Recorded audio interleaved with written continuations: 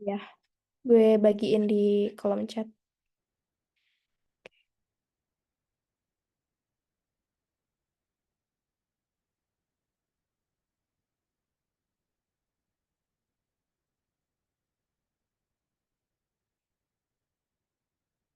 Nanti kalau misalkan suara gue tiba-tiba hilang atau nggak kedengaran, boleh langsung on mic aja atau chat di kolom komentar ya teman-teman. Atau misalkan nanti kalau ada pertanyaan, boleh langsung chat atau on mic juga.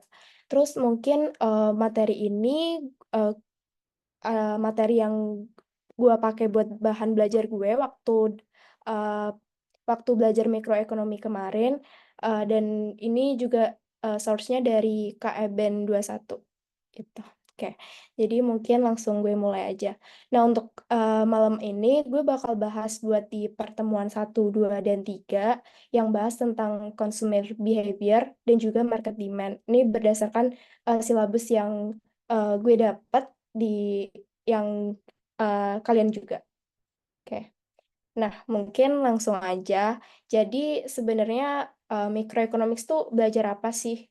Jadi mungkin sebagai pembuka, seperti yang kalian tahu, ya economic itu belajar tentang how individuals and society make decision gitu.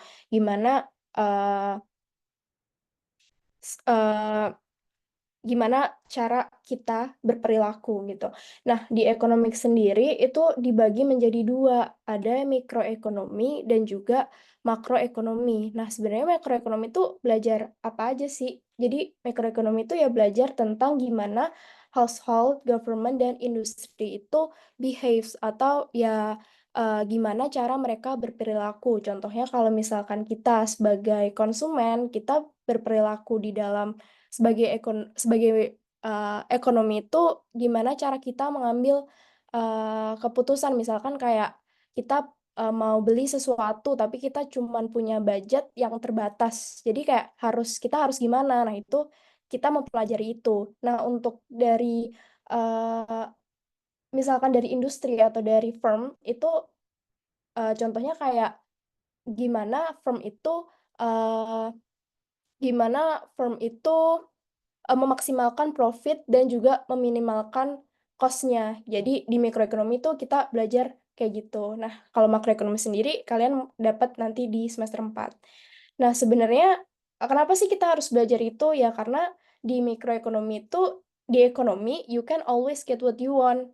Kalian nggak bisa dapetin apa yang kalian inginkan gitu. Kenapa? Karena ada limitation, ada keterbatasan. Keterbatasan yang disebabkan oleh allocation of scarce resources atau alokasi atau sumber daya yang terbatas gitu. Jadi kita harus tahu gimana cara kita memanfaatkan dan mengatasi limitation itu gitu. Nah, untuk di mikroekonomi sendiri ya kita eh, di mana sih ininya apa namanya itu terjadi gitu. Di market. Ya, market is defined as determination of the buyer, sellers, and range of product that should be included in particular market. Jadi kayak ya market itu tempat ditemunya buyers dan sellers dan juga harga dari produk itu sendiri gitu. Nah, selanjutnya di market itu ada yang namanya demand dan juga supply. Mungkin gue akan mulai dari uh, demand terlebih dahulu. Jadi demand curve itu apa sih? Demand curve itu adalah kurva yang menunjukkan relationship antara quantity of good atau jumlah dari barang yang konsumer itu ingin beli dan juga price of good itu sendiri. Jadi kayak uh, berapa sih uh, barang yang ingin konsumer beli dan juga harganya gitu. Nah, di hubungan demand sendiri itu hubungannya adalah downward sloping atau negatif gitu. Jadi downward sloping ini eh, kenapa downward sloping? Karena ketika price of demand itu naik, maka quantity of demand dari barang tersebut itu akan turun. Makanya hubungannya negatif gitu. Nah, ketika price-nya turun, itu quantity of demand-nya akan naik dengan asumsi ceteris paribus gitu. Jadi kalau misalkan teman-teman bicara soal kurva demand, itu teman-teman POV-nya dari kita sebagai konsumen. Jadi ketika harga barang naik, ya kita sebagai konsumen bakal nggak beli barang itu dong, makanya quantity of demand-nya bakal turun gitu. Nah, demand curve ini tuh bisa ngapain aja sih? Demand curve ini tuh bisa movement along the curve dan juga bisa shifting. Apa aja yang bisa menyebabkan kurva demand itu movement along the curve dan juga shifting? Jadi ada banyak faktor yang mempengaruhi quantity of demand dari suatu barang. Yang ini udah aku tulis di sini. Jadi sebenarnya apa sih yang menyebabkan quantity of demand dari sebuah barang itu berubah? Yang pertama adalah price of X atau barang itu sendiri. Barang itu sendiri, nah ketika barang itu sendiri naik, maka quantity of demand dari barang tersebut akan turun. Nah, karena itu disebabkan oleh perubahan harga barang itu sendiri, maka yang terjadi di dalam kurva demand adalah movement along the curve atau bergerak di kurva tersebut gitu. Jadi kalau di sini di P1 ke titik P3 ini namanya movement along the curve. Nah, jadi teman-teman ingat kalau yang dapat menyebabkan movement along the curve itu cuman harga barang itu sendiri. Jadi cuman PX aja terhadap dengan apa? Dengan dampaknya terhadap QX demand gitu atau quantity of demand dari barang X gitu. Nah, selanjutnya yang dapat menyebabkan perubahan QXD atau quantity of demand dari barang X itu adalah barang lain atau di sini aku notasiin sebagai PY. Nah, PY itu dibagi menjadi dua, ada barang substitusi dan barang komplementer. Kalau barang substitusi itu apa sih? Kalau barang substitusi itu barang pengganti atau nanti aku contohin deh. Dan ini hubungannya adalah positif. Kalau barang komplementer itu hubungannya negatif. Jadi maksudnya gimana sih Kak? Dan apa hubungannya dengan kurva demand gitu? Nah, kalau misalkan barang substitusi, misalkan contoh barang substitusi itu kan barang pengganti ya. Misalkan di sini aku punya uh, X-nya nasi, Y-nya adalah singkong gitu. Aku balik deh. X-nya nasi, X-nya singkong, Y-nya nasi. Y-nya nasi. Nah, ketika harga dari Y atau harga dari nasi naik, ketika PY naik, itu dampaknya terhadap QY itu akan turun karena sesuai dengan uh, hukum demand. Tapi terhadap QX atau terhadap singkong itu apa? Itu bakal naik atau QXD-nya bakal naik.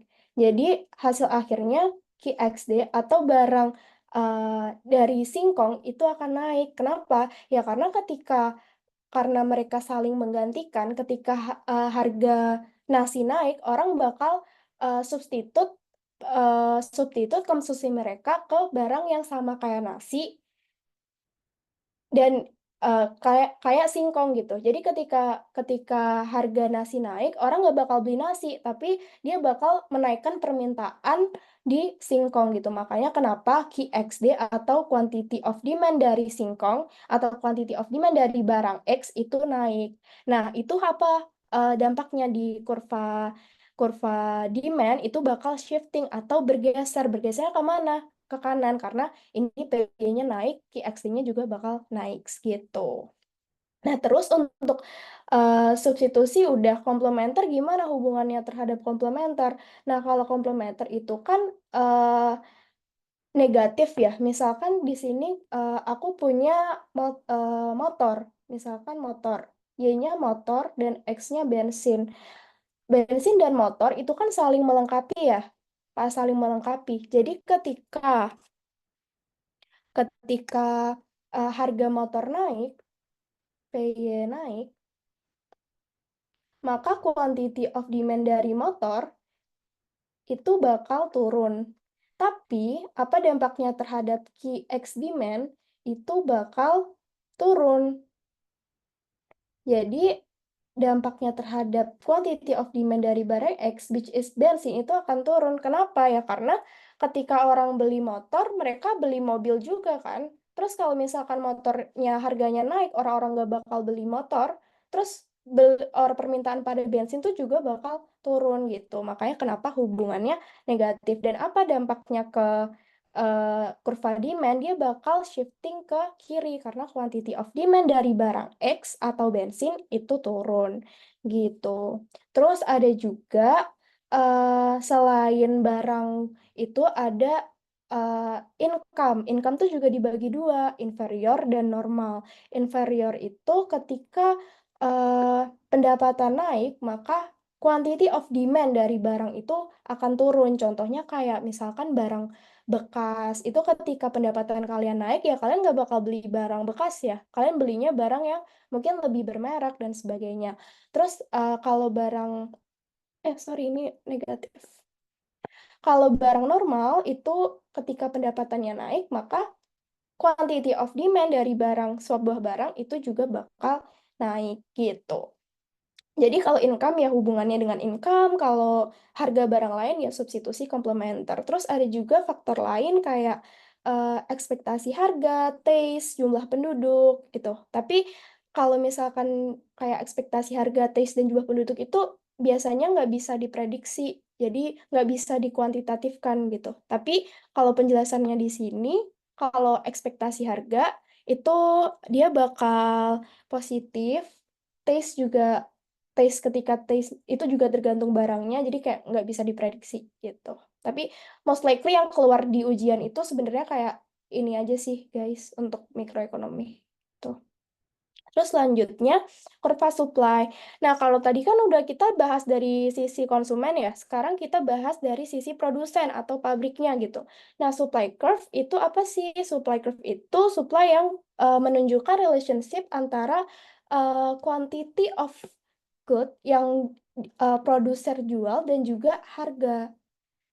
Nah, hubungannya apa? Hubungannya upward sloping. Upward sloping itu ketika harga naik, maka quantity of supply yang diproduksi itu juga akan naik.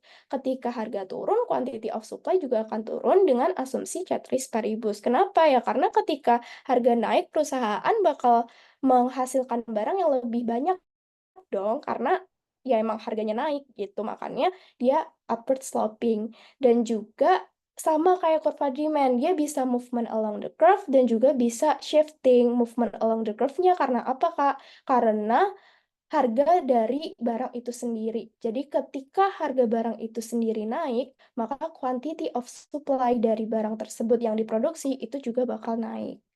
Gitu. Jadi ini hubungannya positif. Dan ini cuman bisa movement along the curve. Nah, apa yang bisa bikin kurva supply itu shifting atau bergeser? Itu yang pertama ada cost atau biaya produksi. Kalau biaya produksinya naik, otomatis barang yang diproduksi akan turun dong karena ya cost mereka akan naik, makanya hubungannya negatif. Dan kalau hubungannya negatif ini, apa yang terjadi di supply curve, itu dia bakal bergeser ke kiri karena hubungannya negatif. Ketika harga naik ya maka ketika cost-nya naik, maka eh, ketika cost-nya naik maka dia bakal bergeser ke kiri gitu. Kalau yang tadi yang PX itu hanya movement along the curve dari titik ini ke titik ini gitu. Terus ada juga teknologi. Kalau teknologi itu hubungannya positif karena ya semakin maju teknologi, kalian bisa lebih banyak memproduksi barang dong. Jadi ketika teknologi naik, maka dia bakal menggeser kurva supply ke kanan. Oke, terus ada juga faktor lain kayak jumlah produsen dan ekspektasi harga. Kalau jumlah produsen naik, dia akan menaikkan, jadi ini hubungannya positif. Kalau ekspektasi harga itu hubungannya negatif. Itu mungkin dari sini ada pertanyaan nggak kira-kira? Oke, mungkin langsung aku lanjut aja ya. Nah, selanjutnya market equilibrium. Jadi market equilibrium itu apa sih? Market equilibrium itu poin atau kayak titik yang menunjukkan intersection between demand and supply curve atau ketika quantity supplied sama dengan quantity of demanded, atau price of supply sama dengan price of demand, PD sama dengan PS atau QD sama dengan QS. Jadi ya pertemuan antara kurva demand dan kurva supply, ada titik yang namanya market equilibrium gitu. Nah, di market equilibrium kita tuh bisa definisiin apa aja. Salah satunya kita bisa hitung konsumen surplus. Jadi konsumen surplus itu apa sih? Jadi sepanjang kurva demand itu tuh di titik-titik ini itu tuh ada itu menunjukkan willingness to pay dari konsumen. Tadi kan aku bilang kalau kurva demand itu kurva dari sisi konsumen kan. Nah, di titik-titik ini itu tuh menandakan willingness to pay dari konsumen itu. Nah, di konsumen surplus ini maksudnya adalah ada loh di sini, di titik-titik ini, yang sebenarnya orang tuh bisa buat bayar barang tersebut, tapi ya karena harga equilibrium di sini, jadi dia ya bayarnya di sini gitu. Jadi di sini tuh makanya namanya konsumen surplus, karena sebenarnya ada orang yang willing to pay dari barang tersebut di titik-titik ini gitu. Nah, cara ngitungnya adalah daerah konsumen surplus itu adalah daerah di atas harga keseimbangan dan di bawah kurva demand. Jadi di segitiga ini. Nah, untuk konsumen surplus itu juga sama ya. Itu kayak jadi ada loh sebenarnya uh, produsen tuh bisa produksi di sini lebih murah gitu, tapi dia jualnya bisa lebih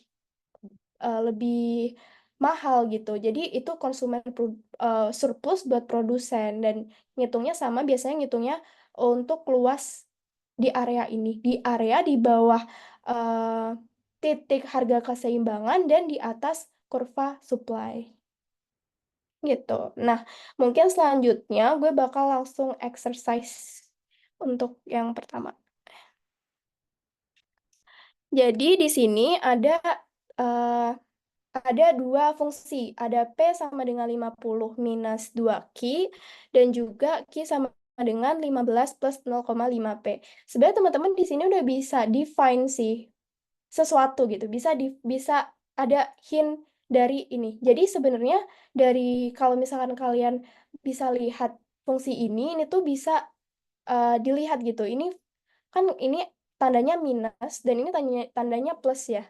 Jadi ini tuh tandanya menunjukkan apa sih? Jadi ini tuh tandanya menunjukkan slope atau kemiringan dari kurva gitu. Kalau minus berarti ya demand, kalau plus itu supply gitu. Tapi oke gitu. Jadi oke. Nah, buat ini, gimana cara kita nentuin equilibriumnya? Nah, kita harus nyamain QD sama dengan QS atau PD sama dengan PS-nya. Itu kayak terserah kalian mau yang mana. Tapi gue pakainya yang Q sama dengan, karena sebenarnya form dari kurva atau fungsi demand tuh biasanya Q sama dengan gitu. Jadi gue bakal ganti ke Q sama dengan buat yang kurva atau fungsi yang demand, yang fungsi yang atas ya. Jadi Q, Q sama dengan 50. Oke, bentar nih. Oke, karena ini teman-teman udah pada tahu ya, maksudnya kalau nanti nggak tahu dari ininya bisa langsung komen aja ya. Q sama dengan, ini kan ditukar-tukar aja. Jadi dapatnya nanti Q sama dengan 50 min P dibagi, atau biasanya gue ininya pakai langsung gue bagi 2, jadi 25 minus 0,5 P gitu. Gitu, atau bisa juga 25 minus 1 per 2 P. Jadi kayak sama aja sih sebenarnya. Nah, terus kalau udah dapat, kita samain QD sama dengan QS. Ini kan ini QD ya, ini QD, ini QS. Kita samain QD sama dengan QS. QD sama dengan QS berarti QD-nya 25 minus 0,5 P sama dengan eh, 15 ditambah 0,5 P. Nah, ini kan kita tukar-tukar ya. Tukar-tukar dapat ini minusnya ke sini berarti minus P sama dengan minus 10. Jadinya P keseimbangan sama dengan 10. Gitu. Terus kita karena kita udah dapat P, kita nyari D-nya kuantitinya berapa. Caranya kita tinggal masukin ini ke form yang awal. Misalkan kayak P star sama dengan 50 minus 2Q. Ini dari persamaan yang sini ya. Yang sini, terus P star, P starnya kan 10. P starnya 10, ini 50 min 2Q, ini 2Q sama dengan 40. Q starnya berarti 20. Nah, udah ketemu. Berarti berapa P keseimbangan dan juga keseimbangannya itu 10 dan juga 20. Gitu. Terus selanjutnya kita bisa ngitung gimana cara memasukkan nilai ke kurva gitu. Kayak kurva itu berarti apa sih sebenarnya? Kayak ini tuh apa gitu. Nah, ini tuh bisa kalian masukin ke sini. Kalian bisa form kurva ini ke kurva demand gitu dengan angka-angka yang pasti ya. Caranya kan biasanya kurva demand kan bentuknya ya gini ya. Kurva demand downward sloping, kurva supply upward sloping. Nah, titik ini tuh kita bisa eh cari dari fungsi itu gitu maksudnya. Nah, caranya gimana? Caranya kalau misalkan di titik ini itu kan sama aja kayak ketika Q sama dengan 0 ya. Ketika Q sama dengan 0 ininya berapa gitu. Nah, caranya sama. Jadi ketika ini kurva demand berarti kita pakai yang demand. Ketika Q sama dengan 0, ketika Q sama dengan 0, P-nya adalah 50. Nah, ketika P sama dengan 0, Q-nya berarti ketika P sama dengan 0, berarti Q-nya geser-geser-geser, jadinya 50 dibagi 2 ya. Jadi hasilnya 25. Ini kayak, ini dari sini. Dari sini. Jadi hasilnya 25. Nah, ditulis di sini hasilnya 25. Gitu, sama aja kayak yang QS. QS ketika P sama dengan 0, maka Q-nya adalah 15. Ketika Q sama dengan 0,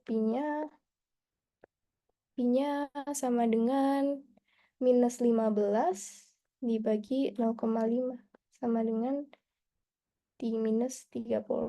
Gitu. Jadi kita bisa iniin di sini minus 30 gitu. Nah, selanjutnya kita ngitung konsumen surplus konsumen. Surplus konsumen tadi kan di mana sih? Di bawah P keseimbangan. Oh iya, kita bisa tulis juga P keseimbangan di sini 10. Ini 10, yang ini 20. Kita bisa hitung dari surplus konsumennya di daerah di bawah P keseimbangan di atas kurva supply. Caranya gimana? Karena ini surplus konsumen itu di atas P keseimbangan di bawah kurva demand gitu. Caranya gimana? Karena ini itu bentuknya segitiga, maka kita bisa pakai luas segitiga. Jadi alas kali tinggi dibagi 2. Alas kali tinggi bagi 2 itu berarti 20 kali 40. Ini 20, ini 40. Ini 20, ini 40. Dibagi 2 itu hasilnya 400. Terus kalau surplus produsen, karena ini sebenarnya bentuknya nggak segitiga ya teman-teman, jadi ini tuh bentuknya trapesium. Jadi rumusnya jumlah sisi sejajar kali jumlah sisi sejajar kali tinggi bagi 2. Jumlah sisi sejajar kan yang sebelah ini dan ini ya. Jadinya itu 20 ditambah 15, tingginya 10, dibagi 2. Jadi 175. Nah, untuk total economic surplusnya itu tinggal ditambahin aja. Berarti berapa? 400 ditambah 175 itu 575. Nah, gitu. Jadi total economic surplus. Oke. Untuk materi kurva demand, ada pertanyaan sebelum gue lanjut ke selanjutnya? Oke, kalau nggak ada, gue lanjut ya, teman-teman. Oke, kita udah ngomongin nih kurva demand dan supply. Selanjutnya kita lanjut ke materi elasticity. Elasticity itu apa sih? Elasticity itu adalah percentage change that will occur in one variable in a response to 1% change in other variable.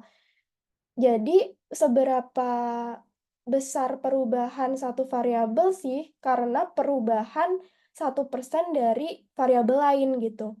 Jadi kayak seberapa sensitif suatu barang tersebut gitu. Kayak misalkan kita ngitung seberapa dia sensitif atau kayak seberapa dia terpengaruh karena ada perubahan dari variabel lain gitu, sensitivitas, elastisitas. Nah, cara ngitungnya itu ada rumus, yaitu persen perubahan dari Y dibagi persen perubahan dari X. Nah, itu rumusnya bisa dijabarin. Jadi ini tuh kan ketika kita ngitung perubahan, itu kita kayak selalu ngitung tentang perubahan delta atau kayak selisih perubahan dari satu ke yang lain gitu. Jadi makanya kenapa rumusnya selalu delta Y per delta Y1 dikali 100% per delta X per X1, delta X1, sorry, dikali 100% gitu. Nah, mungkin kenapa sih selalu persen gitu? Karena emang elastisitas itu ngitungnya by percentage, guys. Jadi kalau misalkan nanti kalian ujian disuruh untuk merepresentasikan, kalian harus pakainya persen ya, jangan lupa. Gitu. Oke, terus jadi, nah persenan ini bisa dijabarin lagi. Jadi kayak nanti formnya ini hasil akhirnya jadi delta Y per delta X dikali X1 per Y1. Gitu, nanti kita langsung latihan soal aja. Nah, jadi elastisitas itu juga dibagi menjadi dua. Ada elasticity of demand dan juga elasticity of supply. Nah, elasticity of demand itu ya sesuai namanya menghitung elastisitas dari demand, dari permintaan gitu. Dibagi menjadi berapa? Dibagi menjadi 3. Ada price elasticity, income elasticity, dan cross price elasticity. Nah, kalau tadi kan udah aku tulis ya di atas, kalau misalkan kurva demand atau quantity of demand dari suatu itu dipengaruhi oleh beberapa banyak hal gitu. Tapi yang bisa kita hitung elastisitasnya biar dapat exact number itu cuman 3 ini. Makanya price elasticity itu elasticity of demand itu dibaginya ke 3 hal tersebut. Jadi ada price elasticity, ada income elasticity, dan cross price elasticity. Nah, kalau price elasticity of demand itu apa sih? Price elasticity of demand itu ya mengukur berapa persen perubahan dari Q ketika harga berubah. Jadi berapa persen sih kuantitas yang berubah ketika harga itu berubah gitu. Cara ngitungnya sama kayak yang tadi. Jadi delta Q demand dari X dibagi delta P atau perubahan PX dikali harga dari barang X tersebut dibagi dengan quantity of barang dari X tersebut gitu. Nanti kita langsung latihan soal aja. Nah, jadi elastisitas itu gimana cara nentuinnya? Kan kita nanti menghitung ya dari sini. Nanti kita dapat angka gitu. Nah, ketika elastisitasnya lebih dari 1, maka itu elastis. Ketika elastisitasnya kurang dari 1, inelastis. Dan ketika elastisitasnya sama dengan 1, itu unitary elastis. Dan ketika elastisitasnya terhingga, itu perfectly elastis. Dan ketika elastisitasnya sama dengan 0, itu perfectly inelastic. Nah, maksudnya gimana sih? Jadi maksudnya gini, maksudnya ketika elastis, itu permintaan lebih dari satu. Itu kurva akan landai. Maksudnya, ketika terjadi perubahan sedikit saja terhadap harga suatu barang, jadi ketika harga berubah sedikit aja, kuantitas barang yang diminta itu bakal naiknya lebih banyak gitu. Jadi kayak makanya namanya elastis. Dia tuh sensitif terhadap harga karena kayak dikit aja dia quantity of demand-nya tuh berubah banyak. Beda dengan misalkan inelastis, permintaan kurva inelastis kan kayak gini ya. Ketika barang itu turun misalkan harganya, dia tuh quantity of demand yang diminta tuh naiknya nggak sebanyak itu, nggak sebanyak, makanya namanya inelastis gitu. Makanya kurvanya juga curam. Nah, kalau elastis sempurna, dia tuh harga barang berapapun, dia tuh bakal kayak perubahan harga dari suatu barang, quantity barang yang berubah itu kayak tak terhingga. Jadi saking saking elastisnya, jadi kayak nggak terhingga gitu permintaannya. Kalau inelastis sempurna, eh, kalau misalkan barangnya dinaikin seberapapun, kayak barangnya dirubah seberapapun, permintaannya, quantity of demand-nya tuh bakal nggak berubah gitu. Jadi kayak nol. Makanya namanya perfectly inelastis. Kalau tidak landai dan tidak curam ini, atau unitary elastis itu, berarti equal ya. Kayak ketika satu harganya turun, ininya satu gitu. Sama, P sama dengan Q-nya. Gitu. Untuk penjelasan price elasticity of demand. Nah, terus eh masih nggak kebayang nih elastis atau nggak elastis itu kayak gimana. Nah, caranya itu biasanya ada beberapa faktor gitu yang nentuin barang itu inelastis atau enggak. Yang pertama, penting atau enggak. Nah, kalau misalkan barang yang kurang penting itu cenderung elastis. Contohnya apa? Contohnya barang mewah. Ketika kayak kayak harganya tinggi, ya kita nggak nggak bakal beli karena emang kurang penting dan harganya mahal gitu. Tapi ketika harganya berubah sedikit saja, karena itu barang mewah, jadi kita kayak buru-buru beli. Jadi perubahan harga itu sangat menentukan quantity of demand dari barang mewah tersebut gitu. Jadi ya misalkan kalau ada diskon barang gitu pasti kita berbondong-bondong buat beli kan. Nah, untuk yang inelastis itu barang penting. Contohnya apa? Contohnya barang kebutuhan pokok. Kayak misalkan beras. Ketika harga beras naik, kita nggak bisa langsung switch ke barang yang lain atau kayak kita tetap beli walaupun harganya mahal ya karena kita butuh gitu. Karena itu penting buat kita. Makanya cenderung inelastis. Terus barang substitusi. Barang substitusinya banyak atau sedikit itu juga menentukan keelastisan suatu barang. Jadi kalau misalkan barang substitusinya banyak, itu otomatis orang ketika harganya naik sedikit aja, dia bakal beralih ke barang lain. Makanya ketika harga naik sedikit aja, dia tuh bakal quantity of demand-nya akan berubah banyak. Makanya itu elastis terhadap harga. Nah, kalau barang substitusinya sedikit, dia bakal nggak nggak terpengaruh terhadap harga gitu. Terus jangka waktu panjang dan pendek juga berpengaruh. Kalau misalkan di jangka pendek, kita tuh bakal kayak kaget gitu. Misalkan ada harga barang naik, kita nggak punya pilihan lagi karena di jangka pendek kita nggak punya waktu untuk membeli substitusi yang lain. Jadi kenapa di jangka pendek itu barang cenderung inelastis ya karena kita masih belum nemuin barang pengganti yang lebih murah gitu. Kalau di jangka panjang cenderung elastis.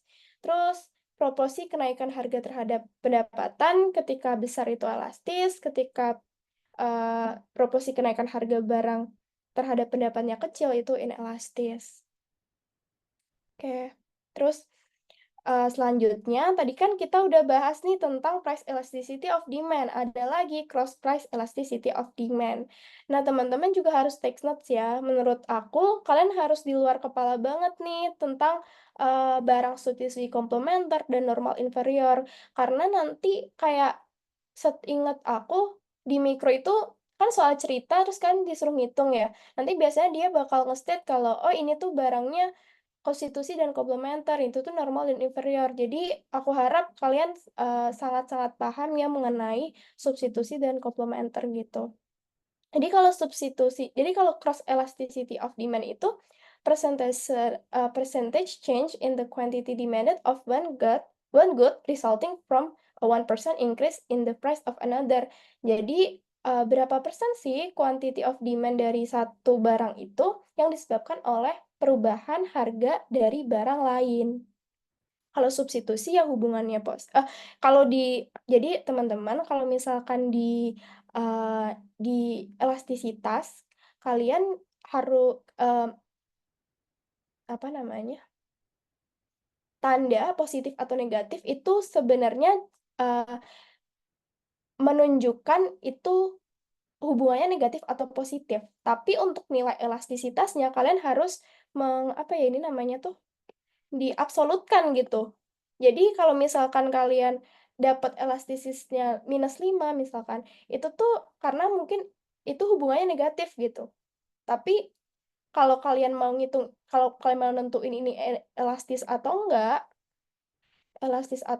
itu tuh diabsolutkan. Jadi kayak dipositifkan, berarti 5 berarti ini hasilnya elastis gitu. Jadi tanda di elastisitas positif atau negatif tuh eh, cuman merefleksikan itu tuh barang substitusi kah, barang komplementer kah, barang normal kah, atau barang inferior gitu. Terus untuk rumusnya delta Q demand dari barang X dibagi perubahan atau delta harga dari barang Y dikali harga barang Y per quantity of demand dari barang X.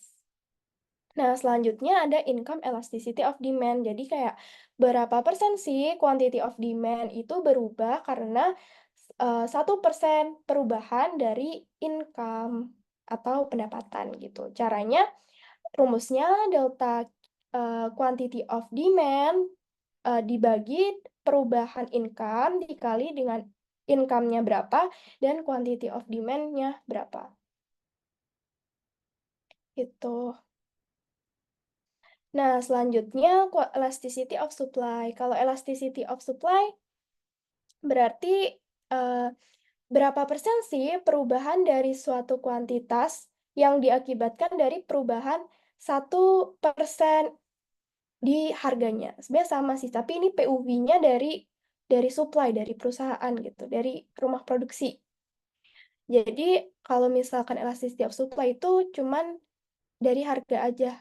Jadi dari PX aja yang mempengaruhi. Beda sama demand tadi kan ada ada 3 ya. Kalau elasticity of supply itu yang mempengaruhi cuman ini aja. Yang bisa kita ukur elastisitasnya itu melalui PX aja. Nah, untuk rumusnya sama. Jadi perubahan quantity of supply dibagi perubahan price of supply dikali price dari barang itu dan juga quantity of supply dari barang itu.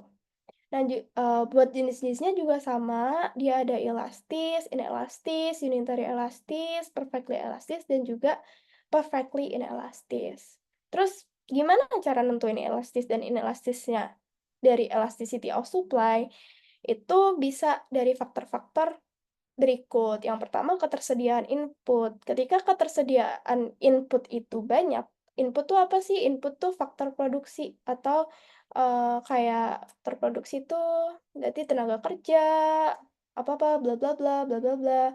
Itu kalau banyak dia bakal elastis, kalau sedikit dia bakal inelastis. Nah, kalau teknologi, ketika canggih dia bakal elastis, ketika teknologinya sederhana dia bakal inelastis. Dan jangka waktunya ketika panjang dia bakal elastis, dan ketika jangka waktu pendek dia bakal inelastis. Gitu. Oke, mungkin kita langsung lanjut ke latihan soalnya aja kali ya. Oke, ini kayaknya ke double. Nih, aku hapus dulu deh.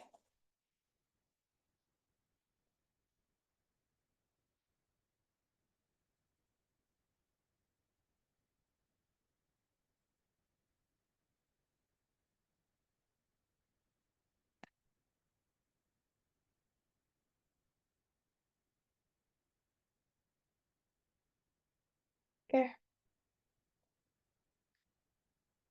Nah, ketika teman-teman nanti ada soal, misalkan eh, dikasih tahu harga barang awalnya tuh 10, terus harga quantity of barang awalnya tuh 10, berubah jadi 2, terus ternyata quantity of kuantitinya berubah jadi 2 gitu. Ini jadi 20, ini jadi 2 gitu. Berapa elasticity of demand-nya? Kan kita tadi sudah belajar ya ininya, rumus dari quantity of demand. Nah, quantity of demand itu rumusnya perubahan harga dari perubahan dari Q dibagi perubahan dari price dikali price dibagi quantity kan. Nah, perubahan dari Q-nya berapa? Perubahan dari 10 ke 2 atau selisih berapa? Ini minus 8 ya. Kalau ini 2 dikurangi 10, ini 20 dikurangi 10. Berarti hasilnya 10. Nah, ini quantity of perubahan atau delta kuantitinya dapat di angka 8, price-nya di angka 10. Nah, untuk price dan kuantitinya itu dari mana? Itu dari price atau quantity yang awal sebelum harga berubah gitu. Berarti yang 10 dan 10 ini. Berarti bisa kita tulis 10 dibagi 10. Kita coret aja, jadinya 80 kan sama dengan minus 0,8 ya. Ini berarti kalau kita absolutkan, berarti jadinya 0,8. 0,8 ini tuh elastisitasnya yang kurang dari 1. Berarti kesimpulannya apa? Berarti kesimpulannya inelastis. Nah, tanda ini tuh bisa jadi ini karena demand ya. Karena demand. Jadi ketika harga berubah ya quantity of demand-nya bakal turun gitu. Jadi ini hukum demand. Kalau di kalau nentuin elastisitas ini nggak terlalu jangan dipusingin gitu. Jadi kita harus nggak absolutin. Nah, terus kita latihan lagi buat yang di yang sebelah kanan gitu. Berarti ini berarti 10 dikurangi ini minus 10, ini 8.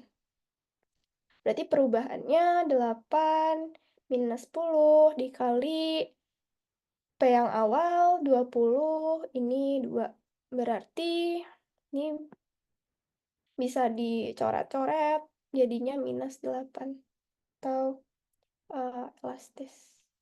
Jadi kita bisa absolutkan dulu ya. 8 berarti elastisitasnya lebih dari 1, berarti kesimpulannya elastis. Oke, kesimpulannya elastis dan inelastis. Nah, mungkin kalau teman-teman sadar, sebenarnya ini tuh kayak dibalik aja gitu. Karena ini kan dari 10 ke 20, ini 20 ke ini 10 ke 20, ini 20 ke 10, ini 10 ke 2, ini 2 ke 10. Sebenarnya kan ini dibalik aja ya, tapi kok kenapa beda hasilnya? Kenapa yang satu inelastis dan satu elastis? Nah, itu kelemahan dari point elasticity. Karena makanya ada yang namanya art elasticity. Kalau misalkan jadi kalau point elasticity kelemahannya gitu. Kalau misalkan kalian kayak bolak-balik di titik yang sebenarnya nilainya sama, itu tuh dia bakal menghasilkan elastisitas yang berbeda. Makanya ada yang namanya arc elasticity. Nah, gimana sih cara ngitung arc elasticity-nya? Cara ngitung arc elasticity-nya itu ada rumusnya. Sebenarnya sama aja, delta kuantitas dibagi delta price. Nah, tapi price-nya itu nggak pakai price yang awal, nggak pakai yang pertama gitu. Tapi price yang pertama ditambah price yang kedua, atau berarti 10 ditambah 2, 10 ditambah 20 dibagi dengan 2, sama kayak kuantitinya juga. Mungkin kita langsung kerjain aja ya. Berarti di sini berarti minus 8 dibagi 10, ini pakai yang ini ya, pakai yang sebelah ini ya, dikali PX1 itu 20 ditambah 10 dibagi 2 per 10 ditambah 2 dibagi 2 sama dengan minus 2. Kita absolutkan, berarti 2 absolut, berarti E lebih dari 1, makanya ini elastis gitu. Nah, nanti kalau di ujian, kalau misalkan dia nggak nge-state, itu harus kita hitung pakai apa, lebih baik pakai rumus yang art elasticity aja sih, karena emang dia lebih bisa ngitung kelemahan dari point elasticity. Gitu. Selanjutnya latihan kedua. Kan tadi kita hitung dari berdasarkan kita dapat informasinya tuh harga perubahan, key awal, P awal gitu kan. Nah, sekarang kita dapat informasinya cuman fungsi dari quantity of demand dan juga harga. Terus gimana dong cara ngitungnya? Nah, jadi cara ngitungnya itu adalah dari form ini kita kan bisa jadi kita di sini kan udah punya harga nih. Kita di sini udah punya harga.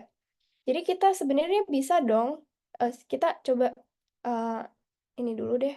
Jadi dari sini dulu. Kita tulis rumusnya elasticity dulu aja. Elastisitas itu kan delta Q dibagi delta P sama dengan P per Q sama dengan. Nah, jadi kita kan cuma punya informasi P aja. Q-nya dapat dari mana? Sebenarnya kan kita bisa masukin informasi ini ke Q kan. Jadi kita step pertama itu kita cari Q-nya dulu. Kita masukin nilai dari P-nya minus 5 kali 10. Berarti ini tuh hasilnya 50. Q udah dapet, P udah dapet, terus cara dapetin delta Q per delta P-nya gimana? Nah, kalau misalkan dapat informasi kayak gini, kalian bisa langsung dapat jawabannya sebenarnya dari mana? Dari ini, dari form fungsi ini. Ini namanya fungsi demand. Jadi fungsi demand itu sebenarnya uh, ini tuh reflect nilai dari delta Q per delta P.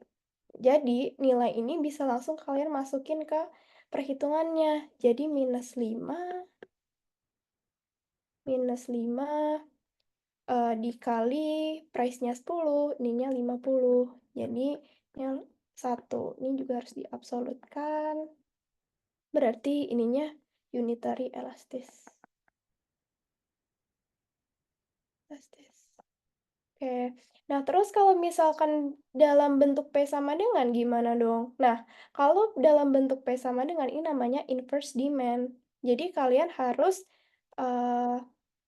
membalik gitu sebenarnya. Jadi kan inverse, jadi sebenarnya fungsi demand itu tuh formnya kayak gini. Tapi dia tuh inverse demand tuh jadi nggak boleh langsung kita masukin nilai 4 gitu. Karena tapi harus dibalik gitu. Jadi caranya gimana sih? Kita tulis rumusnya dulu deh.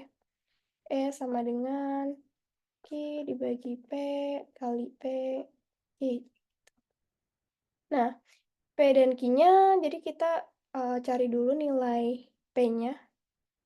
Kita cari dulu nilai P-nya, berarti 20 minus P kali 4, berarti ini tuh 4. Ini 16 ya. 20 dikurangi 16. Terus kita udah dapet P, kita udah dapet Q. Nah, Q-nya ini kita harus tulisnya seperti ini. Nggak boleh, kita harus satu per ini. Karena ini inverse demand bentuknya gitu. Jadi di 1/4 dikali 4 kali 4. 4/4. Jadi jadinya hasilnya 0,25.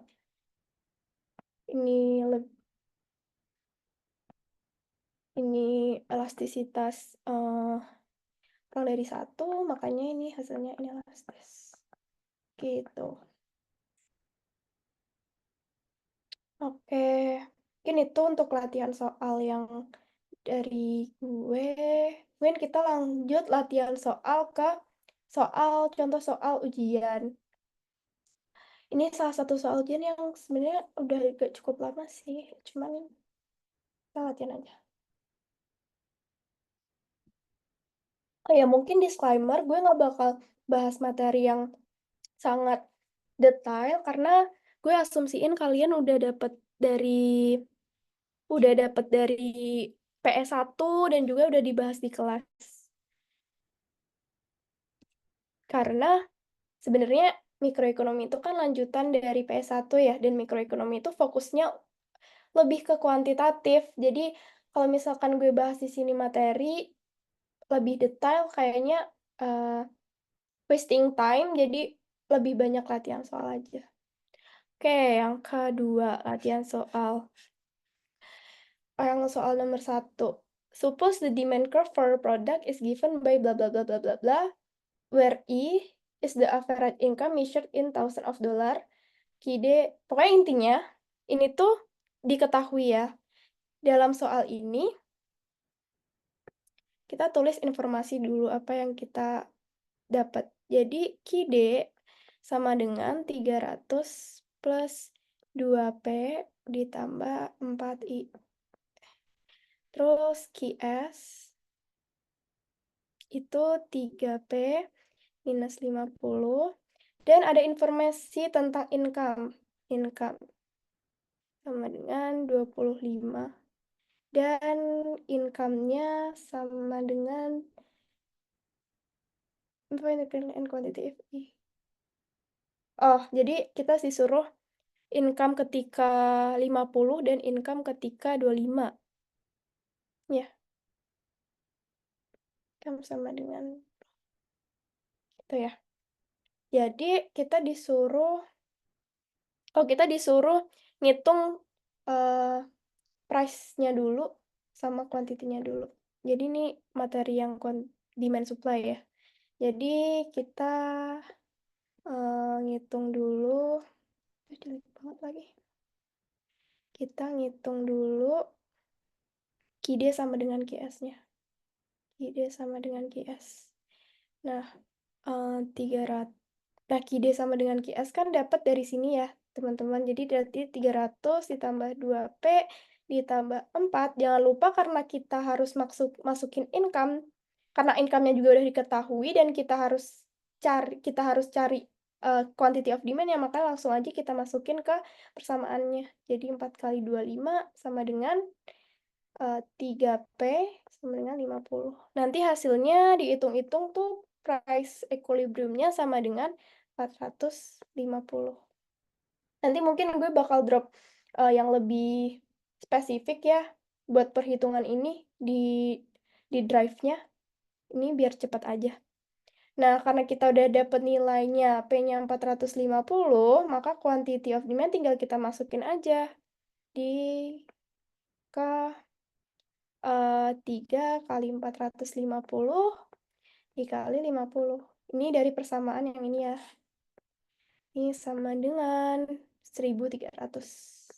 Dapat yang income 25. Kita disuruh ngitung ketika income 25 dan juga income 50. Kita tulis juga yang satu. Yang I sama dengan 50, berarti sama langkahnya 300 ditambah 2P ditambah 4 kali 50 sama dengan 3P minus 50. Terus nanti price equilibrium-nya ketemu di angka 550. Dan quantity of ininya ketemu di angka 1.600. Nah, nomor 1 udah. Mungkin yang nanti bakal teman-teman perkuat ya, mungkin kayak ngitung ini secara cepet sih, karena kayak mikroekonomi tuh udah ngitung waktunya dikit. Jadi teman-teman harus rajin latihan soal, harus rajin kayak, biasain untuk soal-soal kayak gini. Kalau aku dulu, soal kayak gini tuh aku ulang-ulang berkali-kali gitu. Jadi kayak satu soal ini aku kerjain berkali-kali, biar kayak pas ujian nanti tuh bakal terbiasa ngitung dan juga cara, cara kerjainnya gitu. Dan kalau nggak salah juga, kalau nggak salah, eee, kalau nggak salah tuh dulu nggak boleh pakai kalkulator ya kalau mikroekonomi. Jadi ya kalian harus ngitung 3 harus ngitung cepet, kayak misalkan kayak ini nih harus ngitung berapa-berapanya gitu. Terus soal nomor 2, hitung price elasticity of demand dari market clearing equilibrium point ketika I sama dengan 15. Jadi kita hitung ketika I-nya sama dengan 15. Caranya gimana? Kita hitung dulu yang ketika I-nya sama dengan 15. Jadi kita hitung dulu ya, emang nggak ribet. Tapi nanti ujian juga seperti ini sih harusnya. Kita hitung dulu ketika I sama dengan 15. Caranya sama, QD sama QS dulu. Kita nyari price ininya dan juga Q ininya. QD sama dengan PS. Kok PD sama dengan PS sih? QD sama dengan QS. Oke, kita hitung dulu sama caranya 300 ditambah 2P ditambah 4 kali 50 sama dengan 3, kok 50 ya? 15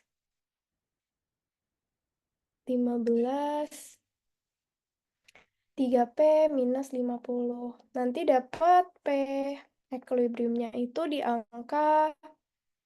eh, di angka 410 dan Q-nya di angka Q-nya itu di angka eh, berapa itu? 1180. Ini hasil dari sini ya. 3 kali 410 minus 50. Nanti boleh teman-teman coba ya kalau misalkan ada salah. Tapi ini harusnya benar sih. Ini 180. Nah, ini baru kita dapat P sama Q. Elastisitas tadi gimana sih rumusnya? Elastisitas kan rumusnya perubahan Q per perubahan P kali P dibagi Q. Perubahan Q dan perubahan P kita nggak tahu. Kita nggak tahu kan ini di mana. Tapi kita tahu dari kurva demand atau fungsi demand yang ini. Yang ini. 2. Iya, KID yang ini. KID sama dengan ini. Kita tulis lagi ya. KID kan tadi quantity of demand kan tadi 300 plus 2P ditambah 4L ya. Nah, buat ngitung delta ini kan kita bisa pakai dari quantity of demand. Kita bisa tahu dari ini kan. Jadi berarti delta Q per delta P-nya itu sama dengan 2. Price dibagi Q-nya itu kita tinggal masukin dari angka ini. Berarti 410 dibagi 1180. Nah, kalau teman-teman hitung, ini bisa dicoret, tuh hasilnya 0,694. Nah, kayak yang kayak gini nih yang kayak PR sih sebenarnya. Kayak kalian harus, kalau nggak pakai kalkulator kan ini susah ya. Jadi kayak kalau misalkan nanti, gimana sih caranya kalau kayak gini tuh kan 2 kali 41 kan 82 dibagi 118. Kan ini sebenarnya udah ketahuan 0, ya. Jadi nggak langsung aja, berarti ini inelastis gitu jatuhnya. Sama dengan kurang dari 1. Cuman kalau di iniin berarti ini 6, ini bla bla bla bla ke bawah gitu ya. Ini mungkin yang agak PR kalau misalkan soalnya ya nanti di iniin apa namanya? Dipersulit hitungannya. Jadi ini kan berarti kurang dari 1 ya. Berarti inelastis.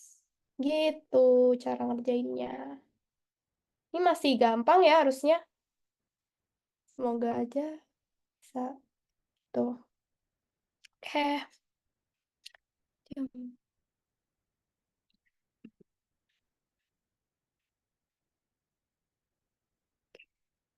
Terus kita lanjut ke consumer behavior. Mungkin kalau teman-teman ada pertanyaan nggak kira-kira? Kak, sorry, mau nanya, yang inverse demand yang 1/4 itu maksudnya gimana, Kak? Oke, jadi sebenarnya, bentar, kita balik ke sini ya. Jadi inverse demand itu maksudnya dia tuh form dari fungsi dari quantity of demand, tapi dia dalam bentuk P sama dengan. Jadi namanya inverse of demand. Sedangkan delta Q dan delta P itu dapatnya dari nilai dari fungsi demand, bukan fungsi inverse demand. Kalau misalkan kita nanti kita masukinnya nilai 4, itu bukan delta Q per delta P, tapi delta P per delta Q. Jadi nggak bisa dimasukin, jadi harus di inverse, di apa ya, bahasanya tuh kayak dibalik gitu. Jadi kalau misalkan nanti kalian masukin ini untuk nilai delta Q per delta P, itu harus dalam form Q sama dengan, harus dalam form demand atau Q sama dengan gitu. Jadi kalau misalkan kalian bingung, wah ini P sama dengan nih yang soal nomor 3, langsung aja kalian balik aja sebenarnya. Kalau dibalik nilainya juga sama aja. Kayak kan berarti kalau dibalik ya berarti kan 4Q sama dengan 20 minus P kan. Kalau dibalik berarti Q sama dengan 20/4 minus 1/4 P. Jadi nanti kesininya juga sebenarnya sama aja gitu. Udah cukup jelas belum kira-kira?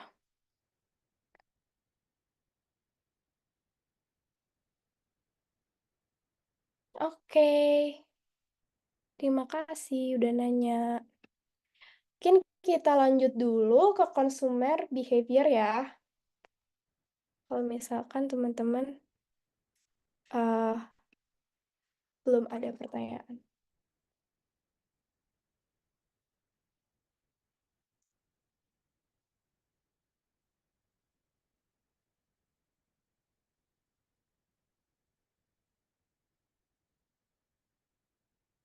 Oke, kita lanjut ke consumer behavior.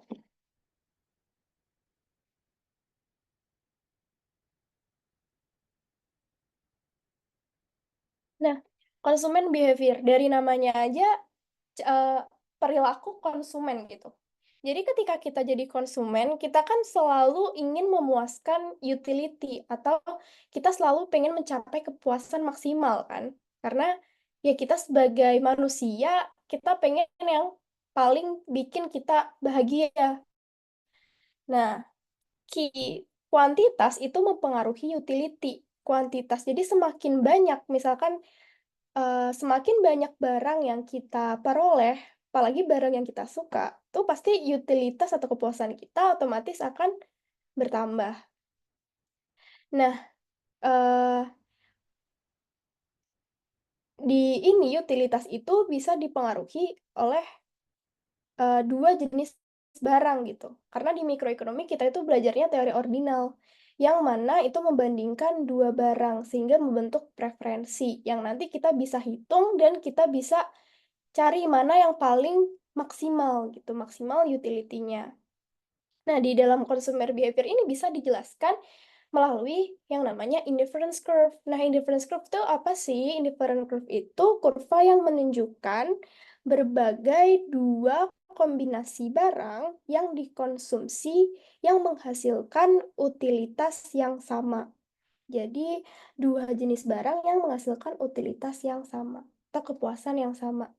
Jadi mungkin kalau yang tadi kan kita selalu bahasnya tentang price dan quantity ya teman-teman. Tapi kalau di ini, di indifferent curve ini, Y dan X ini bukan lagi tentang kuantitas dan harga, tapi dua barang yang berbeda. Jadi ada barang X dan barang Y, di mana dijelaskan melalui kurva indifference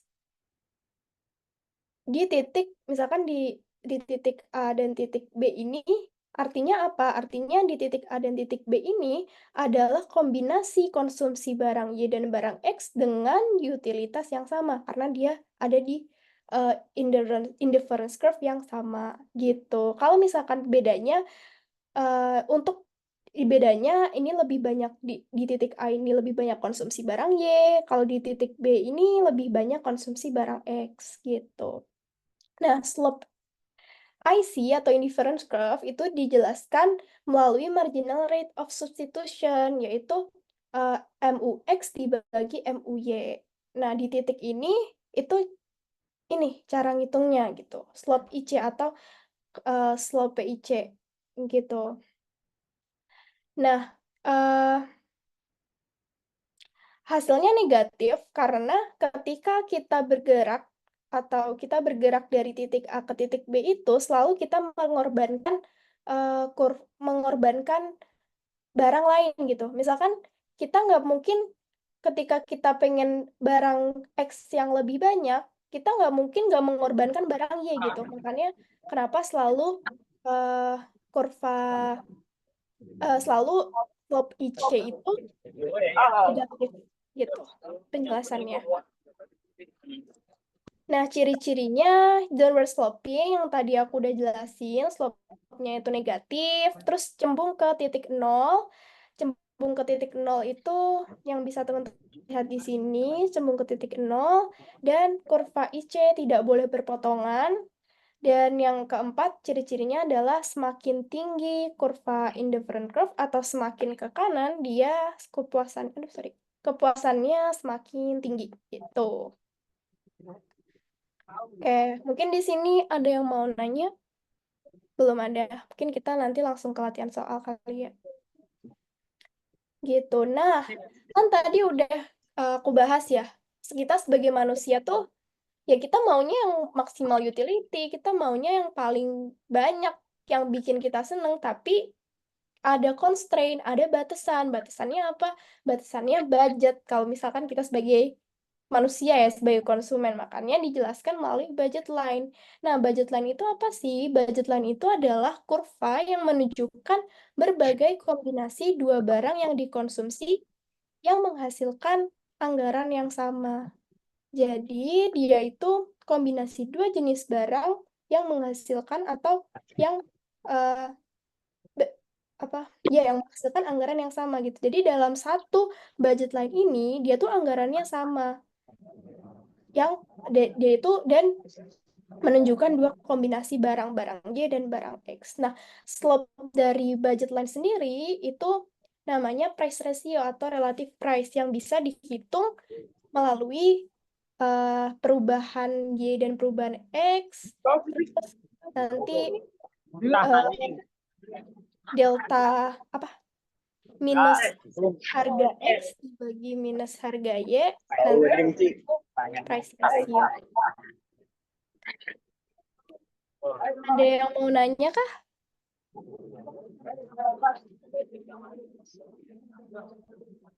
Oke, aku lanjutin ya.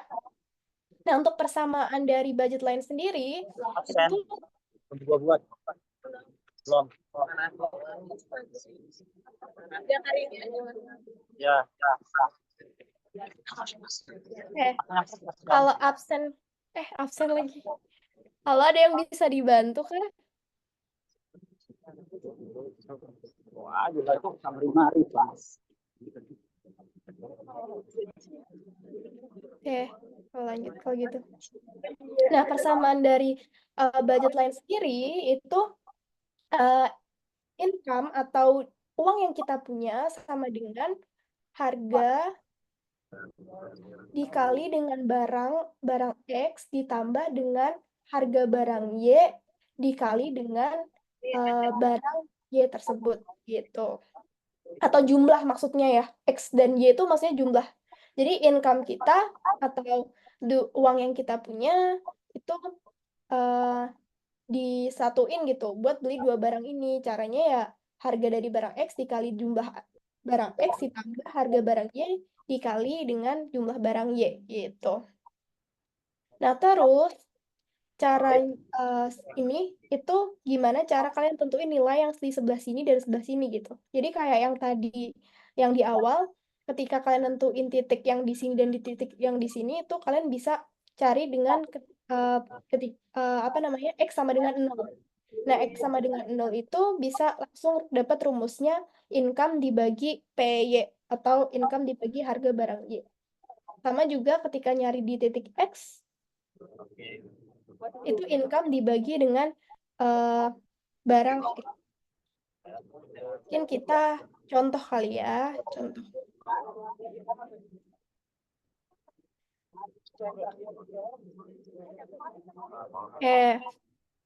Contoh, nah ini persamaan, cara nyari persamaan budget lainnya gimana? Kan kita punya informasi, ada income, harga X dan harga Y. Kita tinggal masukin aja persamaan tadi. Income sama dengan PX kali X ditambah PY kali Y. Berarti sama dengan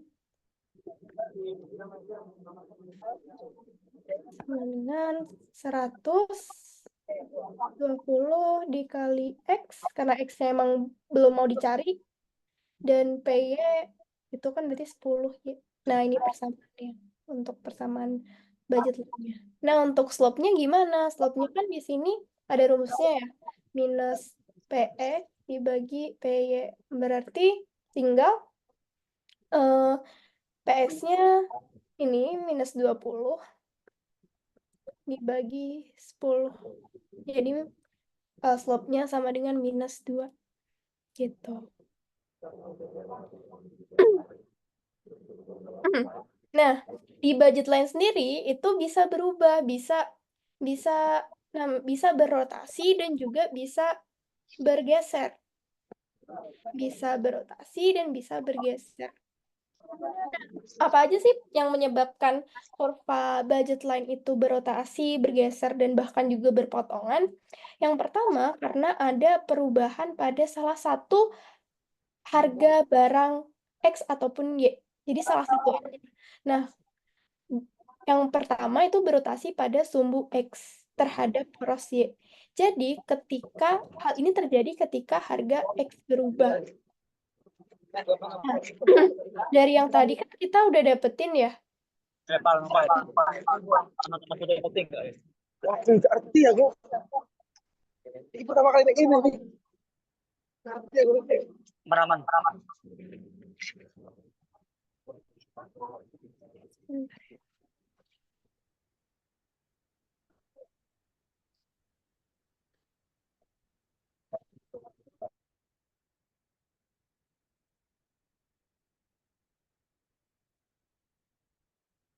Oke. Oke, aku lanjutin ya. Tadi nyampe mana? Nah, oke. Jadi tadi kan ketika salah satu harga turun. Ketika atau salah satu harga berubah. Nah, di sini ini PX yang turun gitu. Ketika PX turun, maka dia tuh berotasi ke arah luar dengan poros Y di sini. Tapi dia berotasinya ke arah keluar. Nah, kenapa sih itu arahnya keluar gitu?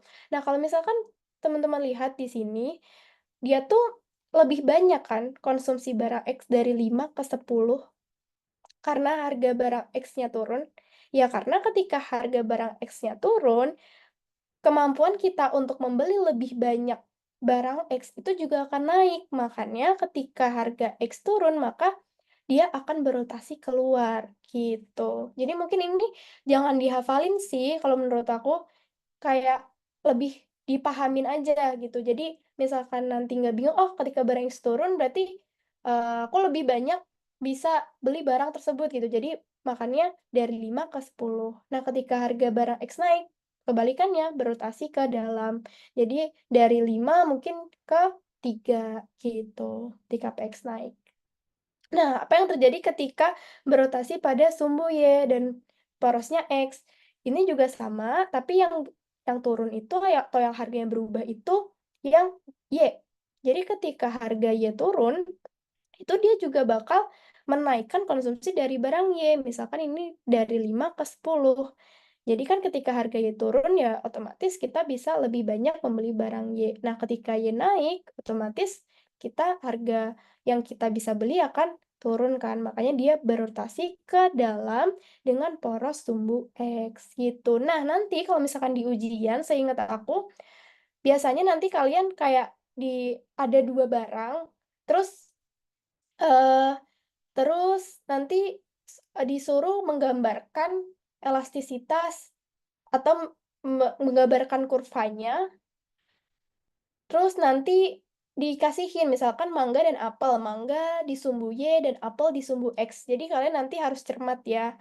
Dia juga kadang nggak bilangnya bukan Y dan X, tapi sumbu horizontal dan vertikal atau sumbu apa di sumbu apa. Jadi mungkin teman-teman juga harus ngerti mana nanti yang sumbu horizontal dan vertikal. Kalau yang di sini yang vertikal yang Y ya, yang X tuh horizontal. Iya nggak sih? Betul. Kayak gitu. Jadi nanti di soal biasanya kayak gitu. Terus bisa juga kurva budget line ini tuh bergeser. Bisa juga bergeser, kenapa ya? Karena ada perubahan income atau bisa jadi eh, dua-dua harganya itu turun gitu. Jadi kita bisa lebih banyak konsumsi. Kalau di sini income-nya naik dari 100 ke 200. Jadi otomatis ya kita bisa lebih banyak beli barang dong. Keduanya karena income kita naik, makanya dia bergeser ke kanan gitu. Terus untuk berpotongan, ini tuh ketika harga X naik dan harga Y turun secara bersamaan. Jadi dia kayak bisa berpotongan gini kurvanya. Hasil akhirnya tapi ya yang merah ini cuman kayak dibanding awalnya tuh dia berpotongan gitu. Nah, selanjutnya konsumen equilibrium. Nah, tadi kan aku bilang kalau misalkan kita sebagai manusia pengen maksimal utility, tapi ada constraint berupa budget line. Nah, di sini dijelaskan, bisa digambarkan melalui uh, kurva apa namanya? Kurva budget line dan kurva indifference curve di sini gitu. Di titik yang optimum, di titik yang kita bisa mengoptimumkan utility kita dengan budget constraint yang ada gitu.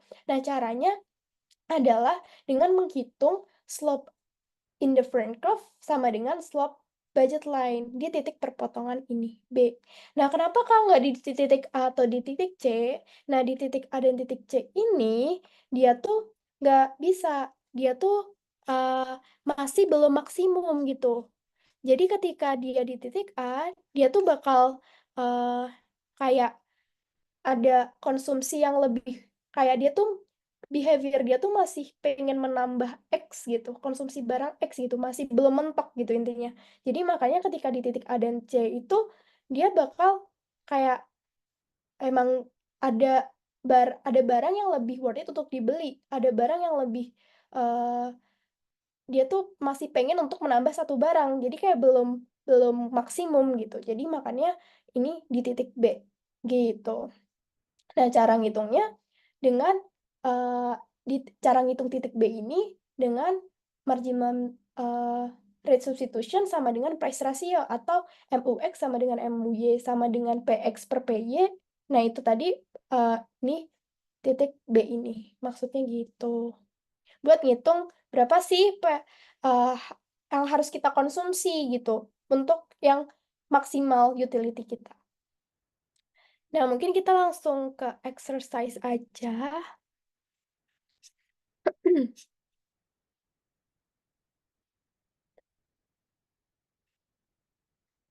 Kita langsung ke exercise. Nah, ini lumayan, ini udah mulai agak susah karena kalian akan recall eh, beberapa mathematics kayak cara matematikanya gitu di mat apa matek dan matdas sih ini sebenarnya. Tapi nanti kita coba untuk kerjain bareng-bareng.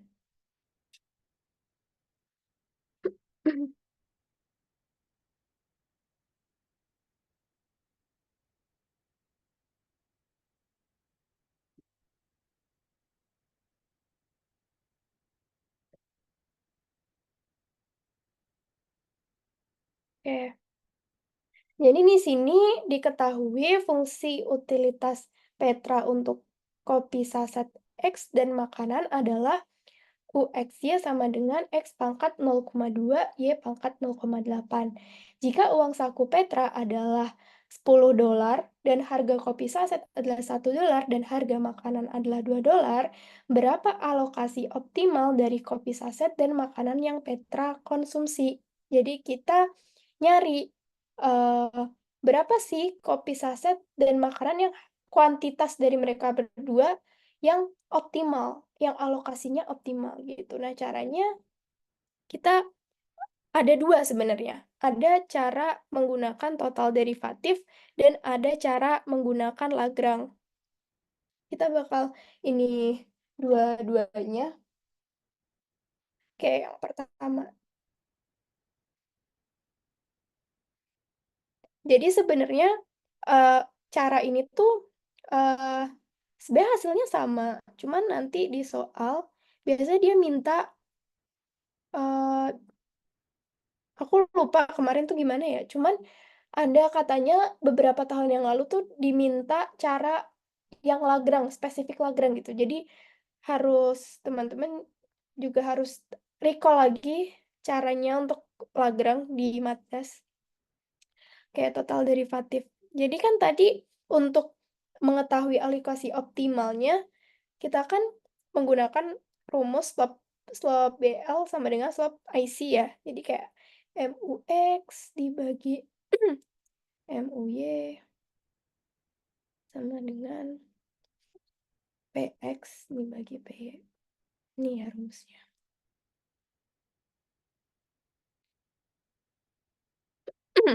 Nah, kita tulis dulu yang diketahui apa. Yang diketahui itu kan uh, fungsi utilitas dari X, Y dengan X pangkat 0,2 Y pangkat 0,8. Nah, itu juga, oh ya, ini aku misalin ya, X-nya berarti X-nya itu, X-nya kopi saset, dan Y-nya berarti harga makanan. Berarti PX itu harga kopi sasetnya $1, harga makanannya $2, dan income-nya 10. Berarti kita bisa, oke, nih ya. Nah, kan di sini kita udah tahu ya PX dan PY-nya. Nah, cara nyari MUX dan MUY-nya tuh gimana? Nah, ini yang kita harus recall dari materi matek. Jadi sebenarnya kan kalau kita balik lagi ke awal tuh ya, MUX dan MUY itu tuh turunan dari utilitas, fungsi utilitas terhadap X kan. Jadi turunan fungsi utilitas terhadap X aja dibagi dengan turunan fungsi utilitas terhadap Y. Nah, gimana cara nyarinya? Cara nyarinya, kita tulis aja rumusnya di sini. Berarti DU per DX per DU per DY sama dengan PX per PY. Kita punya fungsi ini. Cara nuruninnya gimana? Nah, kalau teman-teman mungkin lupa caranya, jadi ini tuh ketika kalian nurunin X terhadap ketika kalian nurunin X di fungsi utility, itu kalian bisa naruh si pangkat di atas X, berarti ini tuh 0,2. Dan jangan lupa kalau misalkan diturunin itu pangkatnya dikurangi 1. Jadi minus 1. Nah, karena yang diturunin X-nya doang dan ini notasinya perkalian, jadi Y-nya tetap ditulis apa adanya, 0,8. Ini. Ini untuk cara nurunin ya, teman-teman. Nurunin si fungsi ini terhadap X. Nah, untuk yang bawah juga, karena ini yang diturunkan adalah Y, berarti pangkat yang Y itu kalian taruh ke depan, 0,8. Karena X itu nggak diturunkan, berarti ya apa adanya. Terus yang ditaruh ke depan tadi dikurangi dengan 1. 0,8 dikurangi 1. Gitu. Terus PX dan PY-nya kita udah dapat dari sini. PX-nya 1 dan Y-nya 2. Jadi kalau misalkan kita hitung-hitung lagi, berarti 0,2X, 0,2 dikurangi 1 itu kan minus 0,8. Y itu 0,8 dibagi 0,8 X 0,2 Y 0,8 dikurangi 1 itu kan minus 0,2. Ya 1. Nah, gimana cara nyaringnya ini lagi? Nah, kalau kalian nggak lupa, bentar. Ini kan bisa kita naikin ke atas ya.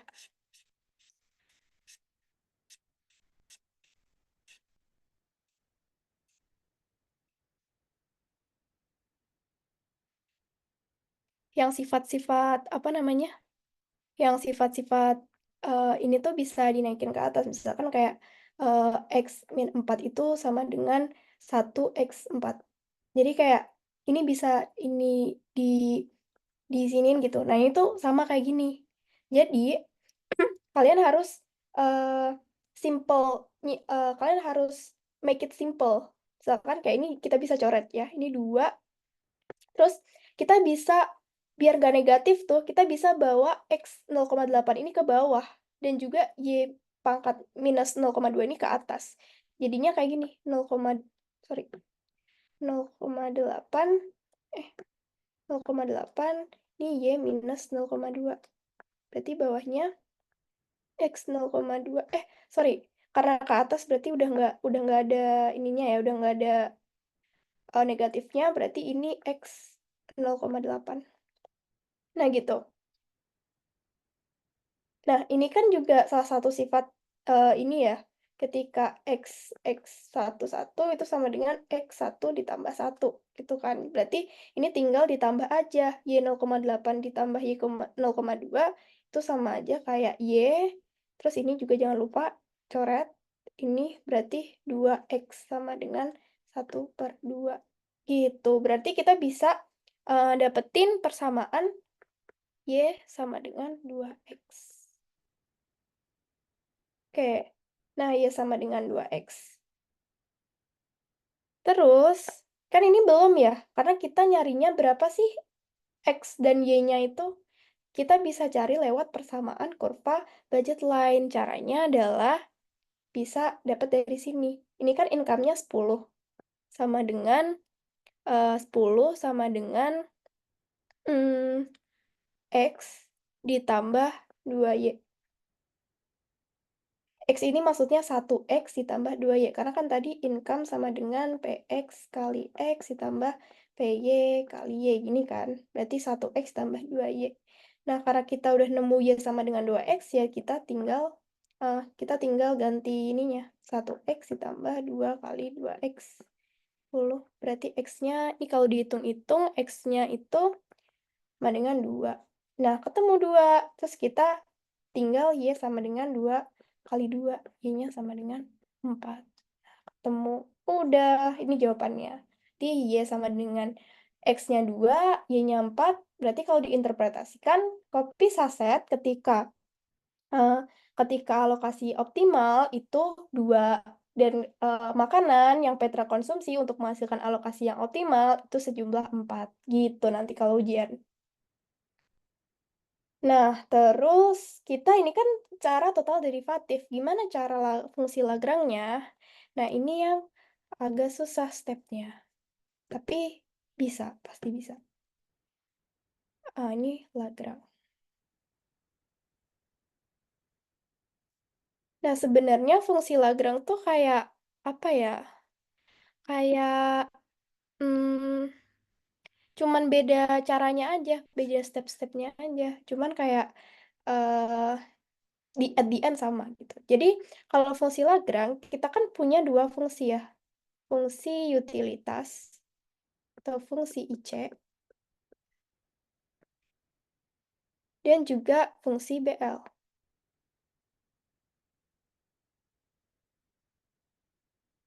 Fungsi BL.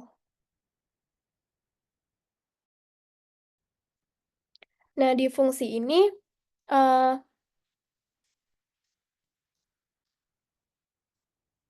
di fungsi IC ini tuh kalau misalkan di Lagrange ini namanya fungsi tujuan.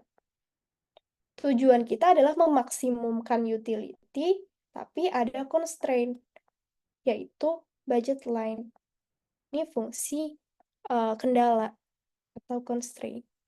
Nah, caranya itu kita harus menderive pertama, kita harus menderive fungsi Lagrange dulu. Jadi, caranya adalah kita masukin nilainya, ditambahkan, tapi ditambah persamaan lambda. Gini caranya, X 0,2, Y 0,8, ditambah ini fungsi lambda dikali dengan fungsi kendala 10 minus X minus 2Y. Jadi kalau misalkan kita punya fungsi kendala yang ini, kita harus itu kita bikin ke kiri ya. Jadi kayak bikin sama dengan 0. Kan tadi fungsi tujuannya kan X 0,2, Y 0,8, terus ini fungsinya kan 10 sama dengan X plus 2Y. Jadi kayak harus ditaruh di ruas kiri gitu. Nah, untuk itu, uh, nah, abis ini udah kita ngelakuin yang namanya first, jadi kita ini dulu, L sama dengan X 0,2, Y 0,8 ditambah 10 ini minus X ini kali 2Y lambda gitu. Nah, terus kita ngelakuin yang namanya first conditional.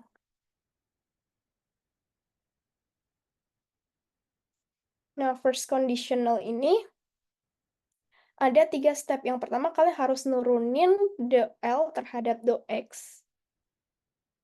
Itu caranya 0,2 X minus 0,8 dikali Y 0,8 minus lambda sama dengan 0. Jadi, turunin fungsi Lagrange yang ini terhadap X aja. Jadi 0,2-nya kita taruh ke depan, 0,2 dikurangi minus 1, terus Y-nya karena ini formnya perkalian, jadi Y-nya tetap nilainya, tapi yang ini kita cuman ini aja yang kita turunin. Jadi tinggal minus lambda doang gitu. Nah, terus ini satu. Yang kedua, do L terhadap do Y. Sama aja. Yang kita turunin cuma do Y-nya juga, berarti 0,8 kali X 0,2. 0,8-nya kita kurangi 1, berarti minus 0,2. Minus 0,2 minus lambda juga sama dengan 0. Terus yang ketiga, kita turunin fungsi Lagrange terhadap fungsi lambda. Jadinya kalau diturunin terhadap fungsi lambda itu hasilnya 10 minus X minus 2Y. Karena kan kalau misalkan terhadap salah satu fungsi gini kan kalian cuma lihatnya yang ada lambdanya doang kan. Kalau yang ini berarti ya udah nggak usah diturunin. Jadi cuman yang ketempelan sama si lambda ini yang diturunin gitu. Terus udah kita dapat. Nah, kita harus nyari lambda sama dengan lambdanya.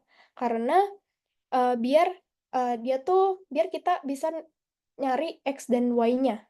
Jadi kita masukin ini jadi lambda sama dengan 0,2 X minus 0,8 dikali Y 0,8. Dan ini juga lambda sama dengan 0,8 X 0,2 Y minus 0,2. Ini dibagi 2 ya. Gitu. Oke. Terus kita samakan lambda sama dengan lambda. Jadi hasilnya 0,2 X minus 0,8 Y 0,8 sama dengan 0,8 X 0,2 dikali Y minus 0,2 dibagi 2. Nah, udah, kalau kayak gini, kalian kan sebenarnya bisa tulis ya. Ini tuh kayak gini, 0,02X, 0,8, Y 0,8 per 0,8 X 0,2 dikali Y minus 0,2 sama dengan 1/2. Sebenarnya kan kalian bisa tulis kayak gini ya. Jadi sebenarnya sama aja formnya kayak yang tadi. Jadi kayak tinggal nanti at the end sebenarnya juga dia sama dengan 2x. Gitu. Terus kayak langkah yang kayak gini tadi. Cuman emang caranya yang beda. Ada beberapa soal yang kalian harus disuruhnya emang pakai yang harus fungsi Lagrange gitu. Jadi menurut aku emang harus belajar juga yang fungsi Lagrange ini. Gitu. Kalian kalau udah dapat Y sama dengan 2x-nya, nanti langkahnya sama kayak yang tadi. Gitu. Sebenarnya udah sangat malam, cuman satu soal lagi yang poin kedua ya teman-teman. Untuk yang poin yang mungkin nanti kalau kurang jelas, teman-teman bisa kontak line aku. Nanti bisa dari teman-teman Kesma yang nge-share ya. Oke. Yang nomor 2 itu tuh sebenarnya simple. Jadi nomor 2 itu kalian disuruh nyari berapa alokasi optimal dari kopi saset dan makanan yang Petra konsumsi jika harga kedua barang naik. Ketika kedua barang naik 2 kali lipat, akan tetapi uang sakunya tidak mengalami kenaikan gitu. Jadi kayak jadi ketika dua barang naik tuh berapa sebenarnya yang dikonsumsi gitu. Jadi kita cuman pakai kurva BL aja karena dia yang karena kita udah bisa tentuin X dan Y-nya di awal kan. Jadi gini caranya. Kan kurva BL-nya kan sama dengan dua kali tuh maksudnya 2 kali harga ya, teman-teman. 2PX dikali X ditambah 2 kali PY dikali Y. Nah, di sini kan kita dapat nilai 10 ditambah 2X ditambah 4Y.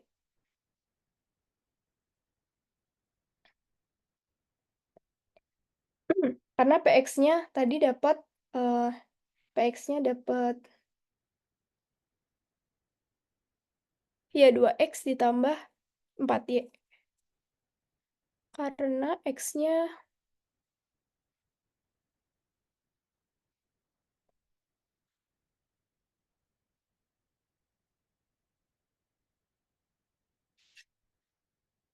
ya gitu. Terus kan kita dapat persamaan yang di sini. Ya sama dengan 2X. Jadi berarti bisa kita ubah dong. 10 sama dengan Y ditambah 4Y. Nah, di sini kita bisa tahu nilai Y. 5Y sama dengan 10, berarti Y-nya sama dengan 2. Terus kita bisa masukin ke persamaannya juga untuk nyari nilai X. Caranya tinggal masukin ke persamaan yang ini. Di 10 sama dengan 2 kali X ditambah 4 kali 2. Terus ini berarti X yang baru adalah 1. Gitu. Jadi ketika harga keduanya naik, kesimpulannya apa ya? Mereka semakin dikit kan untuk konsumsinya, makanya dari X-nya 2, dia berubah jadi 1, terus ketika dari sebelumnya Y-nya 4, dia berubah jadi 2. Gitu. Nah, untuk Island kali ini udah selesai dari aku karena kita bahasnya dari pertemuan 1 dan sampai 3. Mungkin dari teman-teman ada yang mau bertanya sebelum diakhiri? Kak, sorry mau nanya. Iya. Yang tadi turunan lambda sama Y itu Kak, yang ini. Itu bukannya min 2 lambda bukan ya Kak? Kayak 0,8 kali X pangkat 0,2 terus Y pangkat min 0,2, min 2 lambda bukan ya, Kak? Turunan lambda yang ini ya? Iya, Ini. yang atas ya, Kak? Oh, ini ya? Yang terhadap Y. Iya. Terhadap Y. Oke, bentar aku cek lagi. Jadi harusnya berapa? Enggak, aku mau nanya, itu bukannya turunan lambda ke Y-nya itu bukannya min 2 lambda ya? Karena di sini tuh ada min 2 Y lambda. Atau bukan? Gimana? Bentar. Jadi kan turunan lambda terhadap Y itu Iya. kan 0,8. Kan yang diturunkan kalau terhadap Y kan kita lihatnya yang ini ya. Berarti Iya, ya. 0,8 ke depan, terus Iya. 0,8 dikurangi 1. Iya. Hasilnya 0,2. Ya, aku mau nanya yang ini Kak, yang min lambda. Itu bukannya min 2 lambda? Atau emang Oh, min iya, lambda iya, iya. doang? Sorry. Iya, benar. Oh, ini ya maksudnya ya? Iya. Oh, iya. Iya, benar. Makanya ini aku juga dibagi 2, tapi belum. Iya, iya. Oke, makasih Prima. Iya, benar. Yes. Ini min Oke. 2 lambda ya, teman-teman, karena di sini ini min 2. Jadi kalau diturunkan jadinya min 2 lambda gitu. Makanya ini dibagi 2. Oke. Ada yang mau ditanyakan lagi nggak kira-kira? Kalau nggak ada, mungkin bisa aku akhiri karena ini memang udah malam banget. Maaf ya kalau misalkan eh, penjelasannya di akhir agak kurang jelas. Tapi mungkin kalau misalkan ada pertanyaan, eh, bisa banget untuk line aku. Dan nanti di drive itu bakal aku kasih catatan-catatan aku yang dulu, yang kemungkinan bisa kalian pakai untuk latihan soal. Gitu. Mungkin sekian dari aku balikin ke Kesma. Terima kasih banyak. Oke, terima kasih untuk Kak Ara atas pemaparan materinya dan makasih untuk teman-teman semuanya yang sudah meluangkan waktunya untuk hadir pada alir malam ini. Semoga ilmu yang telah diberikan bisa menambah pengetahuan kita. Karena udah selesai ilearn-nya, boleh revision ya. Terima kasih Kak Ara dan teman-teman. Makasih Kak.